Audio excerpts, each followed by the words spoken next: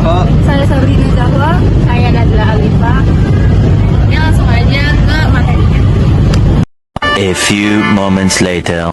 Masuk kepada pembahasan yang pertama, yaitu anecdotal record. Anecdotal record adalah catatan kumulatif yang berisi beberapa perilaku individu terkait peristiwa khusus yang menjadi fokus pengamatan. Anecdotal record juga dapat digunakan untuk mencatat observasi perilaku atau peristiwa yang tidak terduga. Misalnya, sikap spontan siswa dalam situasi tertentu yang tidak bisa diprediksi, sehingga metode ini sangat sesuai untuk kasus-kasus seperti itu. Hal ini disebabkan karena metode ini tidak mengharuskan adanya pengaturan waktu, sehingga pencatatan dapat dilakukan kapan saja ketika ada peristiwa yang dianggap menarik untuk dicatat. Selanjutnya, catatan ini memuat perilaku penting dan spesifik. Dicatat segera setelah peristiwa berlangsung dengan penekanan pada apa yang terjadi dan bagaimana peristiwa tersebut berlangsung berdasarkan fakta tanpa interpretasi subjektif. Selanjutnya, ada beberapa prosedur yang dapat dilakukan menggunakan anecdotal record. Yang pertama, identifikasi perilaku spesifik yang akan diobservasi. Yang kedua, segera catat setelah perilaku muncul. Yang ketiga, sertakan kata-kata subjek yang menunjukkan waktu, lokasi, dan perilaku. Yang keempat, catat respon orang lain terhadap perilaku atau perkataan subjek. Usahakan mencatat kata-kata aslinya. Jika tidak memungkinkan, gunakan tanda kutip untuk kata kunci. Yang kelima, pastikan mencatat urutan episode awal, tengah, dan akhir. Dan yang keenam, catat secara objektif, akurat, dan lengkap. Ini selanjutnya ada contoh anecdotal record. Nah, anecdotal record ini itu tuh ada dua, yaitu tuh ada from A dan from B. Nah, from A ini tuh yaitu tuh adalah menyajikan catatan yang objektif dan faktual, terus mengenai dengan kejadian yang terjadi, terus mencakup kejadian yang spesifik dan lebih kayak tentang tindakan gitu lah guys ya, dan perkataan yang diucapkan. Terus from B ini tuh lebih kayak cenderung dengan subjektif dan omisional, terus menggunakan bahasa yang berlebihan dan lebih kayak impraktif gitu ya guys ya. Terus ini tuh juga menunjukkan bagaimana bagaimana perbedaan kata yang dapat kita pahami gitu dan tentang kejadiannya.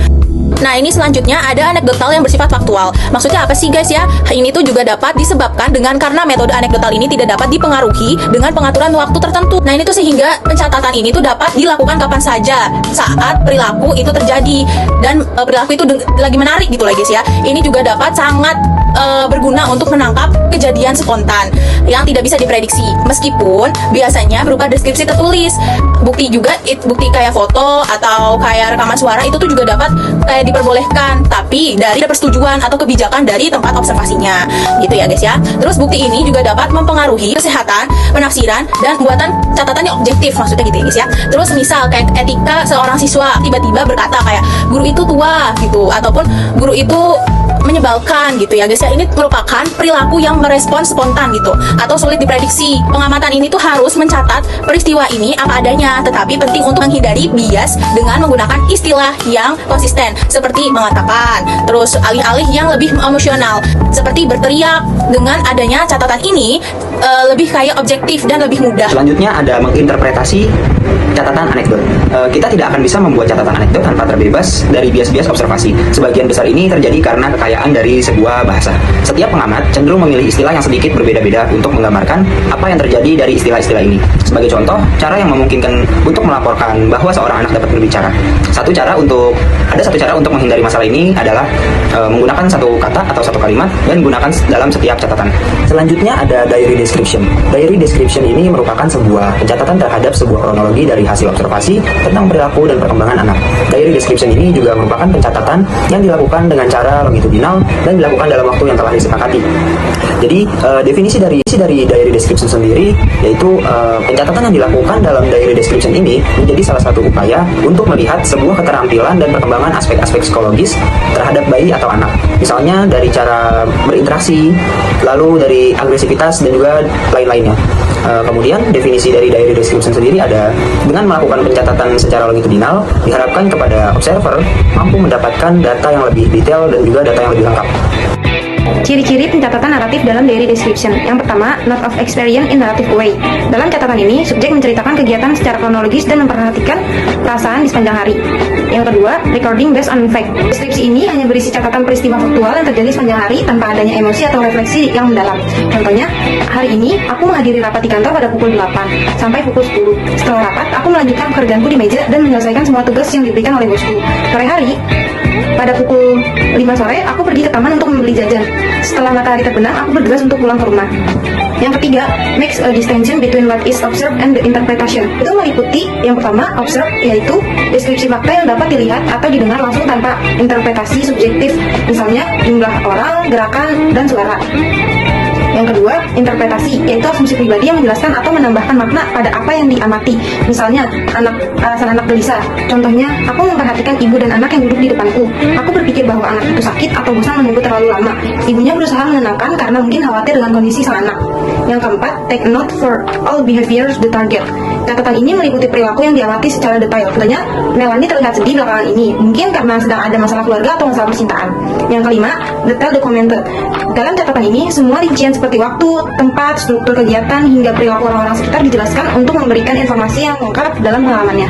Selanjutnya, beberapa prinsip yang harus diperhatikan observer ketika menggunakan metode pencatatan data diary description. Yang pertama, observer harus mengamati subjek dengan cermat jika terjadi perubahan perilaku pada subjek. Misalnya, subjek terlihat tidak nyaman atau subjek terlihat sedih. Yang kedua, observasi harus dilakukan secara longitudinal sehingga harus memilih subjek yang setiap harinya dapat diamati karena metode pencatatannya dilakukan secara harian. Yang ketiga, catatan bisa dilakukan dengan dua cara, yaitu yang pertama, pada hari terakhir pelaksanaan observasi, dengan konsekuensi observer harus mengingat-ingat target pelaku apa saja yang sudah diobservasi. Dan yang kedua, catatan bisa dilakukan secara langsung segera setelah suatu perilaku. Gejala atau peristiwa berlangsung, jadi observer harus memilih subjek yang dapat dilihat setiap hari karena untuk melihat apakah ada perubahan atau tidak yang terjadi pada subjek. Kelemahan diary description menurut Irwin dan Basnell tahun 1980 terlalu bias karena pengamatannya membutuhkan waktu yang lama. Biasanya teknik ini digunakan oleh orang-orang yang memiliki hubungan yang sangat dekat terhadap observer.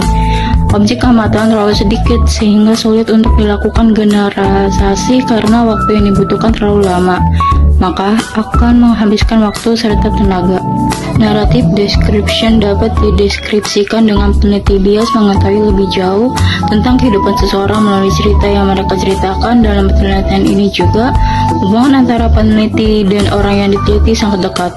Orang yang diteliti menceritakan pengalamannya secara detail dan peneliti mendengarkan dengan seksama lalu menuliskannya.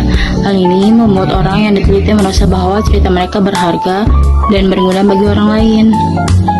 Prinsip narrative description.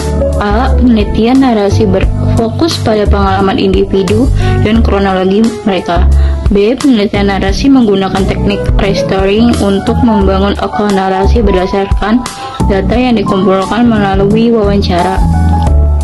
C. Penelitian narasi menggabungkan konten dan tempat dalam cerita. D. Pembangunan narasi selalu melibatkan menanggapi pertanyaan, lalu apa yang terjadi? Sekian dari kelompok kami, kurang lebihnya mohon maaf. Wassalamualaikum warahmatullahi wabarakatuh. Thank you everyone! Thank you Elmar! Go!